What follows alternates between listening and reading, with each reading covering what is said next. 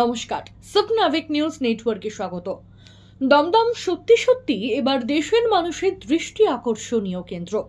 সৌগত সুজন শিলভদ্রের লড়াইয়ে জমজমাট সেই বড়নগর থেকে খড়দহ পর্যন্ত 7টি বিধানসভা এলাকা। কোনো দলই কসুর করছে না সাধারণ মানুষের মন জয় করতে।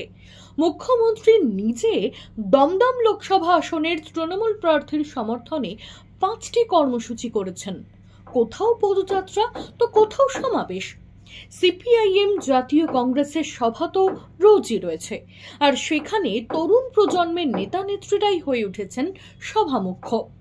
বিজেপিও পিছিয়ে নেই, কিন্তু দেশের প্রধানমন্ত্রী দমদম বিমানবন্দর ব্যবহার করে উত্তর থেকে দক্ষিণ সারা রাজ্যে রেকর্ড সংখ্যক সভা করলেও অনুপস্থিত দমদমে। আর সেখানেই দমদমের সিপিআইএম প্রার্থী সুজন চক্রবর্তীর কটাক্ষ, মোদি স্বয়ং বুঝে গেছেন দমদম লস্ট সিট। সে কারণে দমদমে সভা করে সময় নষ্ট করলেন না। আর মুখ্যমন্ত্রীর কাছে দমদম এখন প্রেস্টিজ ইস্যু, তাই দলীয় প্রার্থীর হার সুনিশ্চিত জেনে পাড়ায় পাড়ায় মিছিল সভা করে ড্যামেজ কন্ট্রোলে নেমেছেন। প্রধানমন্ত্রী একটা মিটিংও করলেন না, বুঝে গেছেন যে Dumdum is a lost case. বিজেপির ওখানে কোনো অস্তিত্বই নেই, পারলে প্রায় বিজেপি নির্বাচনের প্রসঙ্গই নয়। সবাই বুঝে গেছেন, বিজেপির কর্মীরাও বুঝে গেছেন যে BJP is no factor in Dumdum. যে কারণে মোদীজি আশপাশের চক্কর কাটলেন, দমদমে পা দেওয়ার সাহস পেলেন না। আবার মমতা তৃণমূল জিতবেই যে মনোভাব ছিল, বুঝে গেছেন যে হাল খারাপ।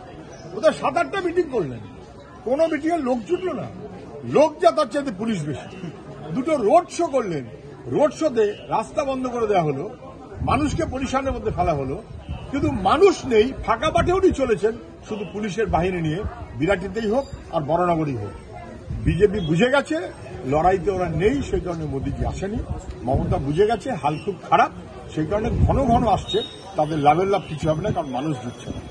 দমদম থেকে মৃত্তিকা সেনগুপ্ত ও শ্যামল পাল, স্বপ্নাবিক নিউজ। সমস্ত খবরের আপডেট পেতে লাইক করে সাবস্ক্রাইব করুন স্বপ্নাবিক নিউজ। সেই সঙ্গে বেল বাটন প্রেস করতে ভুলবেন না। আপনাদের একটা সাবস্ক্রিপশন আমাদের জন্য অত্যন্ত মূল্যবান। জয় হিন্দ।